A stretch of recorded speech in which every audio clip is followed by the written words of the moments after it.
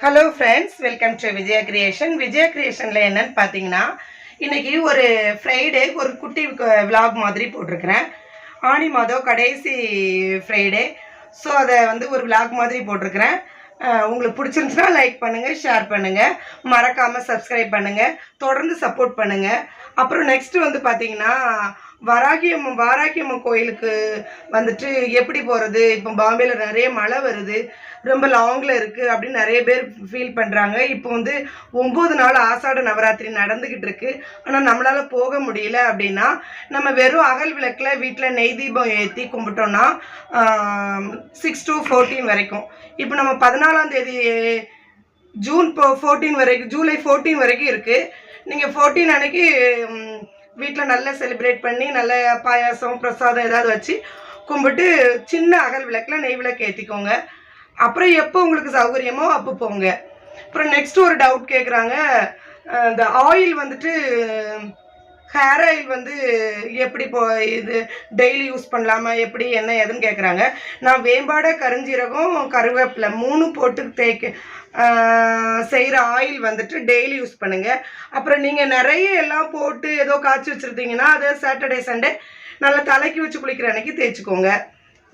இப்போ வேற என்ன டவுட்டு ஃப்ரெண்ட்ஸ் பார்த்தீங்கன்னா, இப்போ காலையிலே வாசல் தொடச்சிட்டு அப்புறம் பசங்க 7:30க்கு ஸ்கூல் போயிட்டாங்க. ஸோ நான் 7 o'clock இந்த மாதிரி ரெடி பண்ணுறேன். வாசலில் கோலம் போட்டுட்டு குட்டியாக ஒரு கோலம் 2 சைடும் போட்டுப்பேன். ஏன்னா அவ்வளோ இடம் இல்லை, கொஞ்சம் தான் இடம் இருக்குது. உங்களுக்கு பிடிச்சிருந்தா இந்த மாதிரி டியூஸ்டே ஃப்ரைடே நீங்கள் நிலவாசலில் இது வச்சுக்கோங்க. இதில் வந்து நம்மளை லக்ஷ்மியோட வருகை அப்படின்னு சொல்கிறாங்க. இந்த மஞ்சள் குங்குமம் வைக்கிறது நம்ம லக்ஷ்மி அப்படியே நம்ம வீட்டுக்குள்ளே கூப்பிட்ற மாதிரி நம்ம மனசில் ஒரு திருப்தி. இது வந்துட்டு பார்த்திங்கன்னா, எனக்கு தொண்டை ரொம்ப கட்டியிருக்கு, பேச முடியல, கஷ்டப்பட்டு பேசுகிறேன், அட்ஜஸ்ட் பண்ணிக்கோங்க. 2 பக்கமும் கோலம் போட்டாச்சு. நிலவாசலில் வந்துட்டு மஞ்சள் குங்குமம் வச்சாச்சு. அப்புறமா விளக்கு தேய்ச்சாச்சு. இப்போ இது காலையில் 8 o'clock நடந்துக்கிட்டு இருக்கு. ரொம்ப 6 மணிக்கு 5 மணிக்கெலாம் எந்திரிக்கிறதுக்கு, அப்படியே 5:30க்கு எந்திரிச்சாலுமே பசங்க வந்துட்டு ஸ்கூலுக்கு டிஃபன் பண்ணணும், அப்புறம் 2 பேரை அனுப்பணும் ஸ்கூலுக்கு. ஸோ பெரிய பொண்ணுக்கு இன்னும் காலேஜ் திறக்கலை, சின்னவங்களுக்கு 9th-க்கும் 5th-க்கும் அது ரெடி பண்ணணும். ஸோ அதனால் 7 o'clock வரைக்கும் கொஞ்சம் பிஸியாகவே இருக்கும். 5:30லேருந்து பசங்க 7:15க்கு வெளியே போனதுக்கப்புறம் நான் என்னோடய ஏதோ ஒர்க்கை சாலு பண்ணுறேன். இப்போ வந்து நடவாசல்லாம் நான் மஞ்சள் வச்சுட்டு குங்குமம் வச்சுட்டு விளக்கெல்லாம் ரெடி பண்ணி வச்சுட்டு, இப்போ நம்ம டுடே இந்த காலையில் உள்ள வேலையெல்லாம் முடிச்சுட்டு அதுக்கப்புறமா விளக்கு பொறுத்தலான ஐடியாவில் இப்போ நான் வந்து காலையில் டிஃபன் வந்துட்டு வெளியே வாங்கிட்டாங்க. ஸோ அது அப்படியே முடிஞ்சிடுச்சு.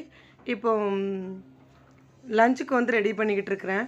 அதுக்கெல்லாம் பார்த்திங்கன்னா சேப்பக்கிழங்க வேக வச்சு எடுத்து வச்சுட்டு, அப்புறம் துவரம்பருப்பு எவ்வளோ தேவையோ அதை எடுத்து வச்சு சாம்பாருக்கு எடுத்து வச்சுட்டு, அப்புறம் சோயா பீன்ஸ் வந்து நான் வந்து வெந்நியில் வந்து கொஞ்ச நேரம் அதை ஊற போடுறேன். இப்போ வந்து பார்த்திங்கன்னா இந்த சோயா பீன்ஸ் வந்து இது வந்து ஒரு விசில் வச்சு எடுக்கலாம் அப்படின்னு சொல்லிட்டு ரொட்டிக்கு சாப்பிடலான்னு சொல்லி போட்டுட்ருக்கேன். இப்போ இந்த குக்கரில் வந்து எல்லா சோயா பீன்ஸ் போட்டு உப்பு போட்டுட்டு அப்படியே கொஞ்சம் தண்ணி ஊற்றி அப்படியே க்ளோஸ் பண்ணி ஒரு விசில் மட்டும் வச்சுக்கிறேன்.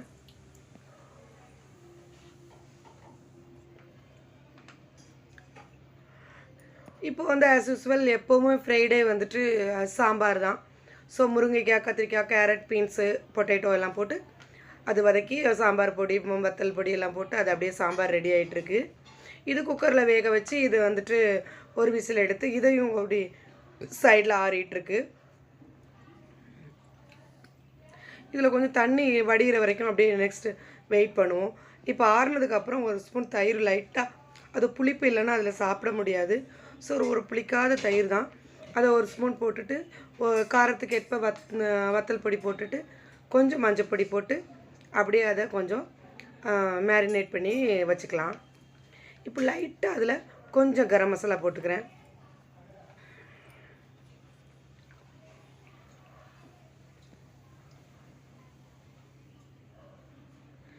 இப்போ வந்துட்டு எப்போவுமே வீட்டில் சப்பாத்தி கொடுக்க வேண்டி இருக்கிறதுனால சப்பாத்திக்கு ஏற்ற மாதிரி இந்த பாஜி ரெடி பண்ணுறேன். சாம்பாருக்கு வந்துட்டு சேப்பக்கிழங்கு சைடிஷாக ரெடி பண்ணுறேன். இப்போது அது கூட நான் சமையல் பண்ணிக்கிட்டு இருக்கும்போதே பூக்காரங்க பூ கொண்டு வந்துட்டாங்க. ஸோ அவங்கக்கிட்ட பூ வாங்கிட்டு நெக்ஸ்ட்டு உள்ளே போய் நம்ம சமையலை கண்டினியூ பண்ணலாம் அப்படின்னு சொல்லி அடுப்பை சிம்மில் வச்சுட்ருக்கேன். பூக்காரங்க வந்துட்டு போனதுமே 2 பேர் 2 சாரீ கொண்டு வந்துட்டாங்க. ஒரு பொண்ணு ப்ளவுஸ் தைக்கிறதுக்காக. அதையும் என்ன ப்ளவுஸு எப்படி தைக்கணும் எல்லாம் பார்த்துட்டு அவங்களுக்கு அளவு ப்ளவுஸ் வாங்கி அதை ரெடி பண்ணி அதை வச்சுட்டு திரும்ப நான் கண்டினியூ பண்ணதுக்காக அதுக்குள்ளே சோயா பீன்ஸ் வந்து ஆறிட்டு இப்போ அதுக்கு எண்ணெய் ஊற்றி பட்டை கிராம்பு எல்லாம் போட்டுட்டு கொஞ்சம் 1 ஸ்பூன் சீரகம் போட்டு வெங்காயம் போட்டுட்டு அதை அப்படியே வதக்கிக்கலாம். கொஞ்சம் நல்லா வெங்காயம் எல்லாம் நல்லா வதங்கின உடனதுக்கு அப்புறம் நல்லா தொண்டை கட்டிட்டு அப்புறம் இஞ்சி வெள்ளைப்பூடை கொஞ்சம் க்ரஷ் பண்ணி நச்சு வச்சுருக்கிறேன். அதையும் அதில் போட்டுட்டு நல்லா வதக்கி விடுங்க. அப்புறம் பட்டை கிராம்பு கொஞ்சம் லைட்டாக மணம் வர மாதிரி, ரொம்ப வேண்டாம். வெங்காயம் நல்லா வதங்கிடுச்சு, இஞ்சி வெள்ளைப்பூடும் நல்லா அழகாக வதங்கிடுச்சு. இப்போ நம்ம 2 தக்காளி நறுக்கி வச்சுருக்கோம், குட்டியான ஒரு நல்ல கனிஞ்ச தக்காளி. அதை அது கூட போட்டு நல்லா வதக்கி எடுத்துக்கோங்க. இப்போ தக்காளி இஞ்சி வெள்ளைப்பூடு வெங்காயம் எல்லாம் நல்லா வதங்கும்போது நமக்கு வந்து ஒரு கரம் மசாலா டேஸ்ட்டில் ஒரு சோயா பீன்ஸ் சுக்கா கிடைக்கும். இப்போ அதுக்கு தான் ரெடி பண்ணி வச்சுட்ருக்கேன். இப்போ கொஞ்சம் சிம்மில் வச்சு அடுப்பை க்ளோஸ் பண்ணி வச்சுட்டு ஓப்பன் பண்ணி நம்ம இப்போ இதுக்கு என்ன பொடியெலாம் போடலாம் காரத்துக்கு தகுந்த மாதிரி அப்படின்னு பார்த்து போட்டுக்கணும். இப்போது 1 ஸ்பூன் வந்து வத்தல் பொடி ஏற்கனவே அதில் சேர்த்துருக்கணும். இதில் கொஞ்சம் 1 ஸ்பூன் போட்டுட்டு அப்புறம் 1 ஸ்பூன் வந்து கொத்தமல்லி பொடி போட்டுக்கோங்க. கொத்தமல்லி பொடி போட்டுட்டு அதுக்கு தேவையான உப்பு ஏற்கனவே கொஞ்சம் சோயா பீன்ஸில் போட்டிருக்கிறேன். அதை பேஸ் பண்ணி இதில் கொஞ்சம் உப்பு போட்டு நல்லா அழகாக பேஸ்ட் பதத்துக்கு எடுத்து வந்திருக்கேன். இப்போ நல்லா வதங்கிடுச்சு. இந்த டைமில் நம்ம மேரினேட் பண்ணி வச்சுருக்கிற அந்த சோயா பீன்ஸ் எடுத்து இதில் போட்டுக்கலாம். போட்டுட்டு நல்லா கிளறி விடுங்க. அடுப்பை நல்லா கூட்டி வச்சுட்டு நல்லா கிளறி விடுங்க. சோயா பீன்ஸ் ஏற்கனவே லைட்டாக குக்கரில் ஒரு விசில் வச்சு வெந்தாலும் இதில் கொஞ்சம் ஃப்ரை ஆகணும், இன்னும் டேஸ்ட் நல்லாயிருக்கும். அப்புறம் மேல்டால் கருவேப்பிலை தூவிட்டு அப்புறம் 4 பச்சை மிளகாவை அதில் கீறி லாஸ்ட் எண்டில் போட்டுக்கோங்க. உங்களுக்கு சோயா பீன்ஸை வந்து டிஃப்ரெண்ட்டாக இப்படி டிஃபனுக்கு வச்சு கொடுக்கணும் அப்படின்னு சொல்லி இருந்ததுன்னா ஃப்ரை பண்ணுறது எப்பவும் ஃப்ரை தான் பண்ணுறோம். இந்த மாதிரி கிரேவி மாதிரி இல்லாமல் சுக்காவாக இப்போ நம்ம ஸ்கூலுக்கு டிஃபனுக்கு கொடுத்து விடலாம், அப்புறம் ஆஃபீஸ்க்கு கொடுத்து விடலாம். ஒன்றுமே ஆகாது. அந்த டிஃபன்லலாம் நம்மளே அவ்வளோ நான்வெஜ் ஸ்மெல்ல ஒரு ஃப்ளேவரில் இருக்கும். உப்பு போட்டுட்டு கொஞ்சம் கரம் மசாலா இது கூட சேர்த்துக்கிறேன். லாஸ்ட் எண்டில் நல்லா கிண்டி விடுங்க. இப்போ என்னென்னு பார்த்தீங்கன்னா, இப்போ ஃப்ரைடே குக்கிங்கில் வந்துட்டு இந்த சோயா பீன்ஸ் சுக்கா தான் ஹைலைட்டு. மற்றபடி சாம்பார் எல்லாமே நம்ம ஆஸ் யூஸ்வல் பண்ணுறது தான். அதனால் நான் சாம்பார் அப்படியே விழாக்கில் கண்டினியூ பண்ணாமல் ஏற்கனவே சாம்பார் ரெசிபி நிறைய போட்டிருக்கிறேன். கொஞ்சம் கருவேப்பிலை மசாலா போட்டுட்டு அப்படியே 4 வாட்டி கிண்டி விட்டுட்டு இறக்கி எடுத்துக்கிடுவாங்க. அவ்வளோ நல்லாயிருக்கும். எனக்கு இன்றைக்கி வந்து ஃப்ரிட்ஜில் கொத்தமல்லி இலை இல்லை, ஃப்ரிட்ஜ் ஏதோ கொஞ்சம் கராபான மாதிரி இருக்குது. ஸோ எல்லாத்தையும் டெலீட் பண்ணி கழுவி இருக்கிறேன். அதனால் இதில் சோயா பீன்ஸில் வந்து கருவேப்பிலை போட்டால் இன்னும், கொத்தமல்லி இலை போட்டால் இன்னும் பக்காவாக இருக்கும். நான் இன்றைக்கி போடலை. இப்போ நான் சாம்பார் ரெடி பண்ணி வச்சதை தாளிக்கிறதுக்காக ரெடி பண்ணிக்கிட்டு இருக்கிறேன். கடுகு போட்டுட்டு சின்ன வெங்காயம் நறுக்கி போட்டு கருவேப்பிலை காயப்பொடி எல்லாம் போட்டு சாம்பாரை தாளித்து விட்டுக்கிறேன்.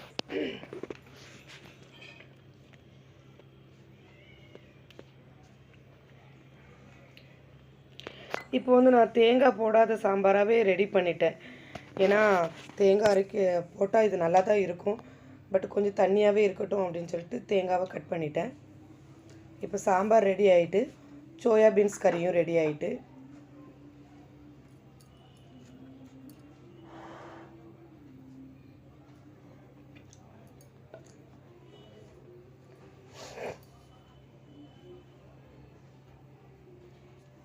நெக்ஸ்ட்டு பார்த்தீங்கன்னா, சேப்பக்கிழங்கு வந்துட்டு குக்கரில் போடக்கூடாது,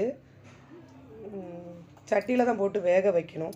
நான் குக்கரில் ஒரு விசில் டக்குன்னு அர்ஜென்ட்டுக்கு வச்சாங்க, கொஞ்சம் குழஞ்சிட்டு. ஸோ என் பொண்ணு ரொம்ப டேஸ்ட்டாக இருக்குமா எனக்கு வைங்க அப்படின்னு சொல்லிட்டா. ஸோ அதனால் என் பெரிய பொண்ணுக்கு மட்டும் இதை ரெடி பண்ணுறேன். ஹஸ்பண்ட்லாம் இந்த சேப்பக்கிழங்கு சாப்பிட மாட்டாங்க.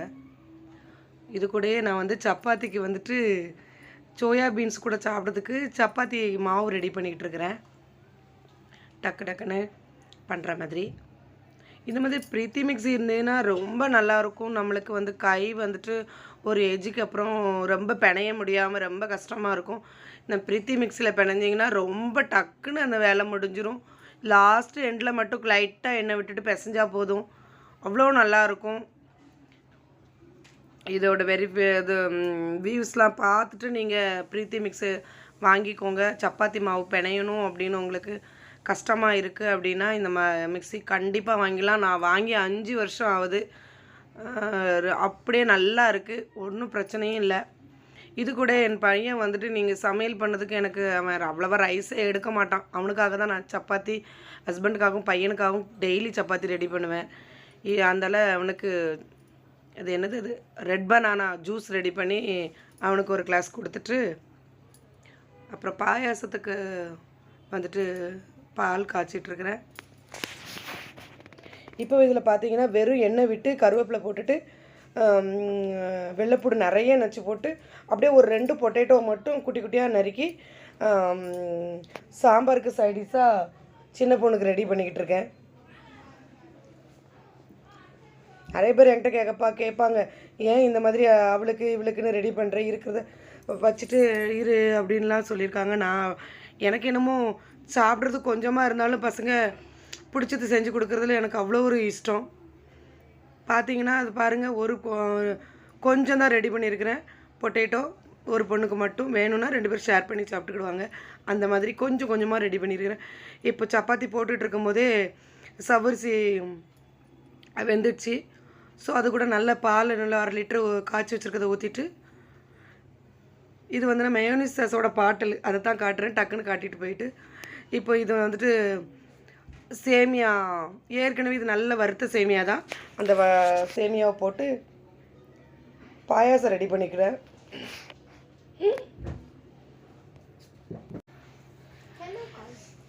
இப்போ சேமியா நல்லா வெந்துடுச்சு, சவ்வரிசியும் வெந்துடுச்சு, பாலில் நல்லா வற்றி வருது. இப்போ நம்ம அந்த சக்கரை போட்டுக்கலாம்.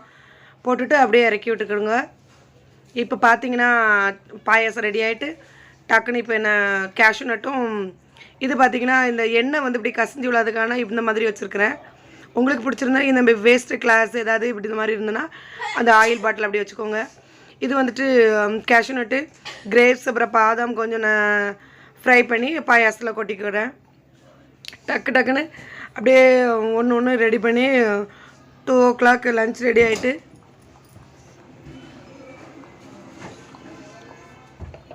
இப்போ பாயாசமும் ரெடி ஆகிட்டு, சேப்பக்கிழங்கு ரெடி ஆகிட்டு, அப்புறம் சாம்பார் தாளித்து ரெடி ஆகிட்டு, சோயா பீன்ஸ் ரெடி ஆகிட்டு, சப்பாத்தி ரெடி ஆகிட்டு, இப்போ மோர் கலக்கிட்டு அப்பளம் பொரிச்சிட்டு சாப்பாடு கொடுக்கணும். மோர் கலக்கிறதும் அப்பளம் பொரிக்கிறதும் வீடியோவில் ஸ்கிப் ஆகிருக்கு. ஸோ பரவாயில்ல. இவ்வளோ தான் என்னோடய லன்ச் இன்றைக்கி. உங்களுக்கு பிடிச்சிருந்துச்சுன்னா லைக் பண்ணுங்கள். சோயா பீன்ஸ் சுக்காவை பாருங்கள். பொட்டேட்டோ ஃப்ரை பண்ணுறது வச்சுருக்குது. தொண்டை கட்டியிருக்கிறதுனால என்னால் பேசவே முடியல. ஸோ நான் எடுத்து தான் பேசுகிறேன். யாராவது என்ன இப்படி பேசியிருக்கா அப்படின்னு நினச்சிடாதீங்க. தொண்டை நல்லா கட்டியிருக்கு. இப்போ வந்துட்டு அந்த சுக்கு பொடி கூட அதுக்கு தான் நான் அரைச்சேன். அதை பாலில் போட்டு மஞ்சத்தூள் போட்டு மிளகு போட்டு சாப்பிட்டுட்ருக்கிறேன். இந்த வீடியோ உங்களுக்கு பிடிச்சிருந்துச்சுன்னா பார்த்துட்டு கமெண்ட் பண்ணுங்கள். அப்புறம் தேங்க்யூ.